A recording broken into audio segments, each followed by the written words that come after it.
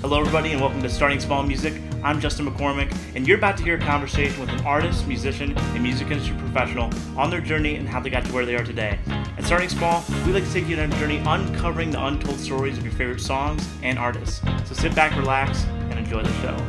Just keep a smile on your face and it'll be okay. Try not to be bitter, you gotta do it either way. Keep a smile on your face and it'll be okay. So when life throws a jab, you gotta duck out of the way. What's going on, everybody? Welcome back to the Starting Small Music podcast. Today we have bassist Blaine Reedy with us. How you doing today, Blaine? Great, man. How are you? I'm doing great. So getting right into your story, where did you grow up and what was your childhood like? I grew up in a small town in central Illinois called El Paso, Illinois. It's like 2,500 people. Wow. In the middle of cornfields. And so I grew up small high school, maybe total graduating class of like 91 kids or whatnot. So small town vibes. It was a great way to grow up. Yeah, that's kind of. For sure. Now, did you grow up in a musical family at all, or was music something that you kind of discovered on your own? I did. My parents got me into piano lessons when I was 5 years old. I think a big reason was my great grandfather and grandfather were both played, and both kind of, they didn't do it professionally or anything like that. It was kind of just for fun type of thing. But that was, I think, what they wanted me to get into it, just to kind of keep that passing along. So I took lessons from like being 5 years old till the end of high school. Sick. Now, was it like in high school or any was it a certain age that you started kind of playing in your area at all, or were you kind of just taking lessons and kind of honing your craft to like at home? Yeah, when I was in 8th grade, I bought my first bass guitar. I had kind of theory knowledge based on learning piano, and so kind of picked it up myself and started messing around, listening to radio, stuff and playing along. And so when I think maybe my freshman or sophomore year of high school, I had a couple different bands with friends that I was in.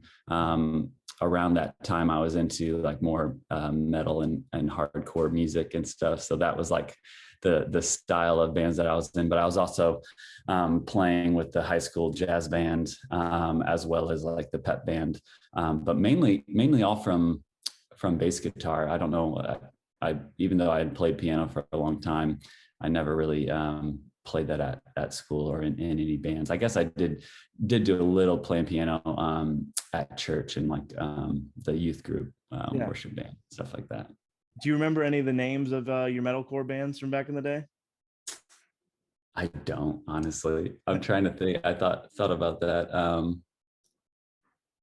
I don't, because I feel like we never really could land on one name. And so if we did, there's a few and I can't remember. I'm sorry. I don't remember. No, that's all right. No, when I was doing research for the interview, I really related to your story because my grandpa's who got me into music too. He played steel guitar in a local band. And so like, do you have any like fond memories of kind of just you and your grandpa, like both playing piano together, or him kind of showing you tricks or anything like that? Yeah, definitely. I feel like I would sit next to him. I probably like posted some stuff on social media, but I would sit next to him and just listen and watch him play different songs. And he, the few memories that pop into my head are just sitting next to him at our home during like the holidays, if we had like family over for Christmas or whatnot. And then he had like a little keyboard set up in his room where he would have headphones and play to not like bother my grandma. And so he would put those headphones on me and I just listened to him play and stuff. Yeah. Wow. So was it in high school, like your senior year, are you starting to think like, maybe I don't want to go to college, music is something I want to pursue, or did you end up deciding to go to college? Yeah, I think college was always college was a way to appease my, parents in doing something that I could potentially fall back on or whatnot. And so, but I at the same time wanted to be in music in some capacity. Ideally would be traveling.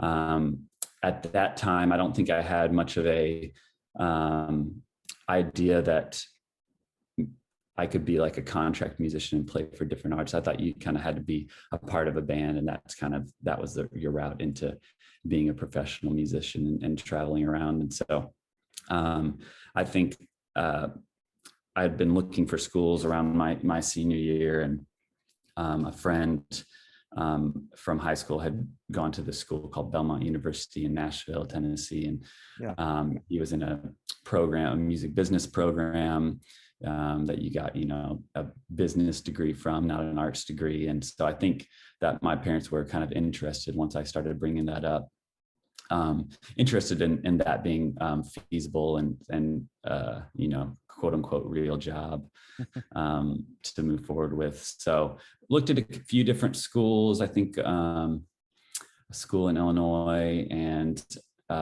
one up Southern Illinois, one up in Chicago, and then at Belmont, and Belmont kind of connect. I felt like I loved Nashville.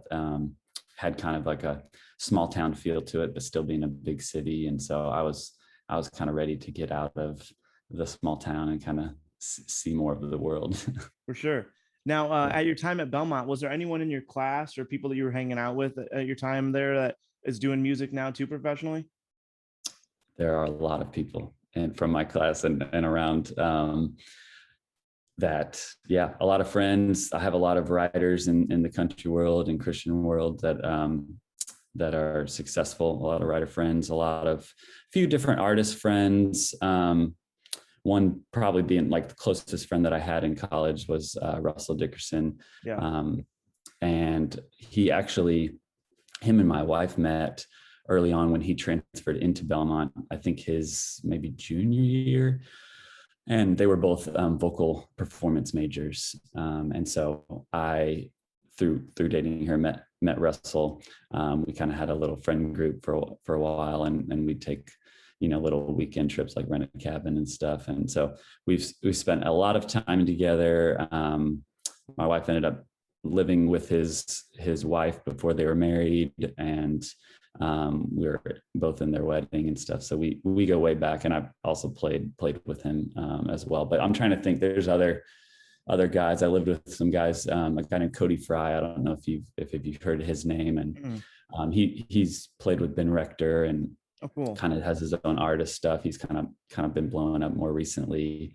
Does like some orchestral pop type stuff, and there's probably more. I'm trying to think. A lot of, if you look up, a lot of artists have come out of Belmont, Sure. And definitely a lot in the country world as well. So now, do you remember like any early conversations when you first meet Russell at Belmont, like where he's telling you like, I want to pursue this artist career, like, and like, are you kind of motivating him? Like, is he playing you demos, stuff he's kind of writing at that time? Yeah. He was definitely, we were definitely traveling with him. We would talk a lot. We would, I would actually, for whatever reason, we were talking the other day about how he would actually take me into meetings, and I don't know why that was. I think I was just, a huge fan of his at the time. And so I was coming in, people probably were like, who's this guy coming in with Russell? But anything from like booking agencies to labels to whatnot, I was always kind of there with him. I would put bands together for him and go play. So he definitely was always wanting and shooting for being a country artist that I can remember. And he'd show me new songs that he was writing with different people, different writers. And yeah, it always, to me, he always had that kind of it factor from it being an entertainer and stuff. And it was like, it was only a matter of time in my head that something would click and a song would kind of cut through, and he'd kind of blow up. And well, look at, now he's definitely doing that and stuff. But he early on, he actually he actually wrote, and actually two other guys who went to Belmont, our FGL guys, Brian and Tyler, and I actually was in a class with Brian, funny enough, and then they were writing a lot of songs at the time, and Russell was going in and showing people, and they're like, who did you write this song with? And he'd be like, oh, Brian and Tyler. And wow. every kind of everywhere he went, all these new songs that people were kind of like getting excited about, it was always with Brian and Tyler. And this was before I think they had officially kind of formed FGL. So yeah. Dang. Now, when you moved to town, you have so many different music. You're playing the bass, piano. You also songwrite. Was there one thing you were focusing on when you first moved to town, or did you just like whatever picks up first, you're like going to go full force at it? Yeah, I think because I had spent most of my life at that point on piano, the logical route would have been to kind of do that. But I was surrounded by a lot of amazing piano players or keyboard players at Belmont, and kind of just felt more of a nudge to focus on bass. Mm-hmm. I was getting asked to play bass a little bit more than any other instrument, and so that's kind of what it was. It wasn't. I don't remember there being like a light bulb going off in my head of like, this is what I need to focus on or anything. But the calls for bass just kept coming up. It seemed like there was a need for decent bass players at the time, and because I was a music business major, I had a lot more free time on my hands. The performance majors had a lot of practice hours and lessons and stuff like that they kind of had to be at. And so I ended up playing with a lot more recitals, and for a lot more different, starting artists that wanted to have shows kind of around town. Yeah. Were you doing upright bass in those like orchestral type shows, or?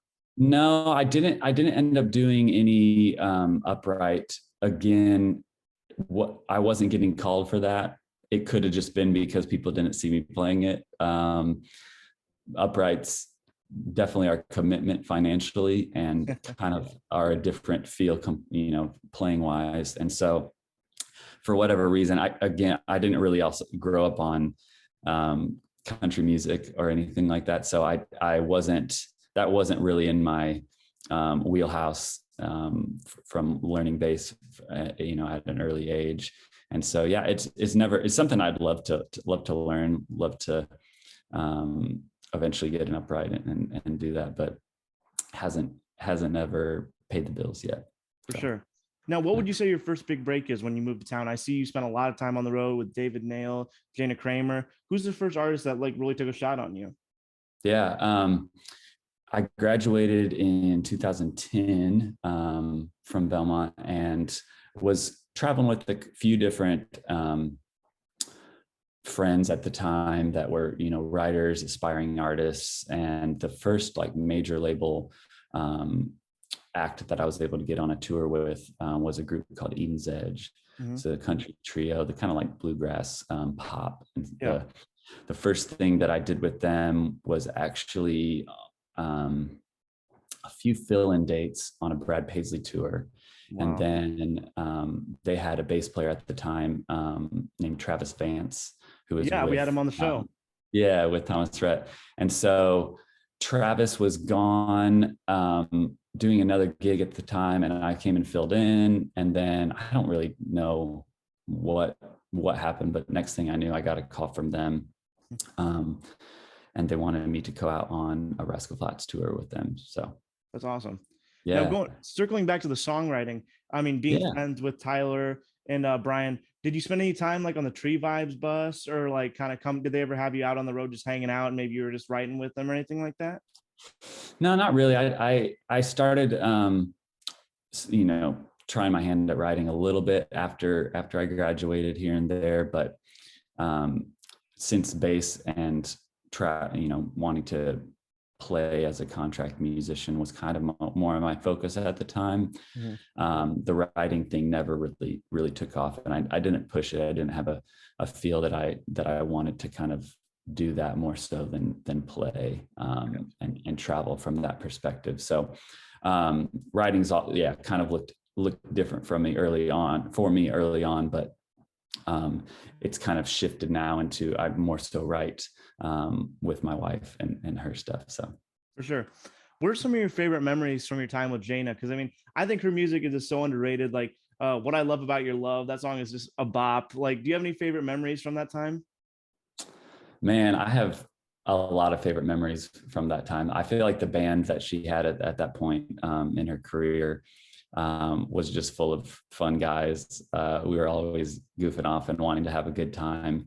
Mhm. I'm trying to think of different, and she took care of us so well as well. You know, like we went to do a show down in Cancun, and one night she wanted to take us to I think it was Ruth's Chris Steakhouse, and just like treated us to a nice dinner. And a lot of stuff like that are kind of like the fond memories of getting to travel with her and kind of having fun experiences with her, Yeah. and her just taking care of us. She's a wonderful person. Now, were you a One Tree Hill fan before you joined her, or did you not know that era of Jana? I did not know that era. I think I went on a deep dive on the Wikipedia or something before I ended up getting that gig. And so I kind of learned like, okay, this is kind of what she's done and stuff. But she never talked too much or brought a lot of the acting kind of into the music side of things that we would do. She would, obviously different friends from, you know, Hollywood and stuff would come out to shows here and there. And so she would update us like on who they were or whatnot, but she kind of kept that a little separate from the music side of things at the time. Totally. Now, what about David? Tell me about how you guys meet and like how you get that call that he wants you to come out on the road with him. Yeah. So I'm trying to think of what year it would have been, maybe 2013. So probably right around the time that whatever she's got starting to really get some traction. Yeah, it was literally that year. It had just come out. And I think I finished the back half of that year when whatever she's got come out. Cause I remember it being a really busy time for them. They had already halfway through the year already done like maybe 70 dates or something, which was like pretty nuts.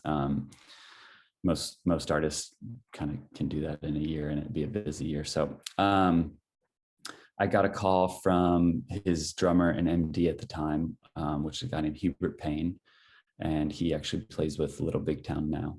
Mm-hmm. And got a call saying he wanted me to come play. He didn't want me to audition, just wanted me to come in and do the first show. And at the time, you know, we definitely formed a cool thing with cool band vibe and stuff with Jana. And so it was definitely a hard decision to make.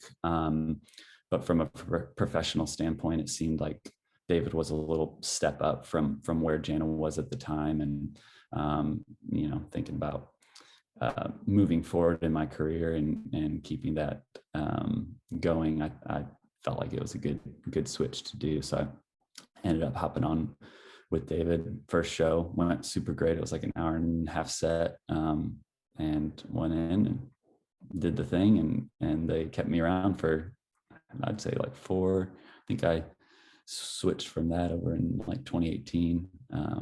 So kept me around for a minute. What was the next step coming out of that?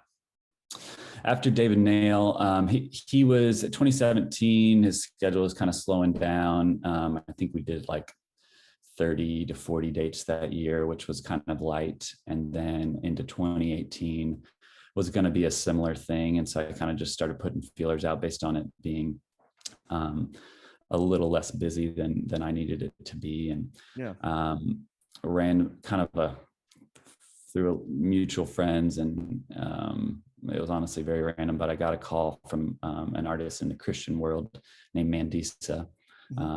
She was on The Voice years ago, or sorry, not The Voice, American Idol years ago. And got a call from her MD to come play or do some summer shows with them, and tried that out. And it was kind of clicked immediately. They have such a family vibe out on the road, and her management and her took really good care of me, and felt very appreciated over there. So I did that from 2018 through the pandemic up until this year, really 2022. She decided to take some time off, and so. So when do you get the text that Brian wants you to come on the road for him? Does he tell you? Do you know like about the FGL breakup before it happens? Is he saying like, hey, in like 6 months we're gonna be splitting up. I'm gonna be starting this new project. Like I want you to come on. And like, how was that process like? Yeah, I think it was, again, so random. I got a Instagram direct message from FGL's band leader, Aaron, and he said that by then, I think they had already announced, it was April or May, maybe. I think they'd already announced that they were taking a break. And so he had said that Tyler was going to be putting a band together, and they were going to be auditioning bass players. Actually, by putting a band together, he really meant they were adding a bass player and potentially another instrumentalist. But I think it just ended up being a bass player. And so that was the first time that I had kind of heard about the Tyler wanting to do his own solo thing. I had a friend that actually started playing with Brian on some of his solo stuff. So I kind of was aware of that, but yeah, it wasn't really on my radar. Again, I'd been with Mandisa from 2018 to top of this year, 2022. And yeah, wasn't on my radar, but I was definitely more than happy to go audition and go see all those guys again, the FGL guys. Now, what's that connection like with the band? I mean, you guys got a killer guitarist with Eddie. You guys killer drummer. I mean, so what's that? Is it a pretty tight setup you guys got going right now? Yeah, it definitely does not feel like a new artist's band by any means. Obviously, Tyler is a, quote unquote new artist, but he is also a superstar and knows how to entertain. And a lot of his songs also feel a lot more, a lot more quality to them than maybe some new artist songs would be. So he's coming in ahead of a lot of people and so the band wise, I mean, a lot of those FGL guys, besides maybe Eddie, have been with him for or been with FGL for 7 to 10 years or whatnot. So they're all pros. It's a pretty fun crew, but also tame and chilly. They've gone through their crazy years of FGL blowing up and stuff. So now some of them have kids, and it's a fun time. They're pros, and they're equally amazing people. Now, talking about Eddie, I got to meet him a few years ago. He brought his motorcycle down for a photo shoot I was doing. Have you got to see any of his like cool motorcycles he makes? I haven't actually. He did mention that he knew you, and haven't got a chance to see any of those. I've seen he has pretty sweet car collection, and so I've seen a few of his cars. But yeah, his motor vehicles are next level for sure. Now Tyler, the place that he's at in his career now, is he still coming off the stage and like wanting to write and grind after he comes off the stage, or is he more at a point where I just want to chill with the wife or hang with the band after the show? Yeah, it's looked different every week for Tyler on the road. I feel like he's doing a lot of radio visits. He is also doing a good amount of writing on the Keith Urban tour. A majority of the weekends that we've been out, he's had a couple writers on his bus, and so he's been writing during the day. Actually, been waking up, going to radio, writing during the day, playing the show, maybe writing after the show as well, depending on how they were feeling and stuff. So yeah, he's hitting it hard on all sides. It's pretty inspiring to see. Yeah, for sure. Now, talking about inspiring, I like to close all my interviews about what's a piece of advice you would give to a aspiring musician that wants to be on the road like you, touring one day. Yeah, there's so many so many ways that I could tell a musician to what to do or this or that. Honestly, it's different for each individual. I think there's so many ways to get into the music industry, and it looks different for different ways that you want to be involved in the music. But I guess specifically from a contract musician or playing playing standpoint with any type of an artist. I think besides practicing, besides just the common sense stuff of like learning music and stuff like that, I think an important thing, if they're just starting, is to play with people. I think you can sit in your room and play along to songs on Spotify or Apple Music, and you can get good. You can learn a lot of scales. You can play really fast. You can play a lot of notes. But if you haven't played with other humans, you're kind of setting yourself back. I've learned probably 75% of what I do from actually playing with humans and learning from them, messing up, making mistakes, and realizing, oh, I'm not going to do that next time. Or as a bass player, I have to lock in with the drummer, and so I'm always listening to what the drummer is doing. But like that, you need to listen to what everyone else is doing. And so yeah, I would say playing with humans, and then also listening to what everyone is doing around you when you are playing with them, because a lot of that can change the feel or kind of different the different energy levels and kind of where you want to take a song musically. So for sure. Hey guys, thanks for watching. I hope you guys enjoyed this episode. Make sure to subscribe and leave a comment, and check out my music on all streaming platforms at Justin McCormick. See you guys next time.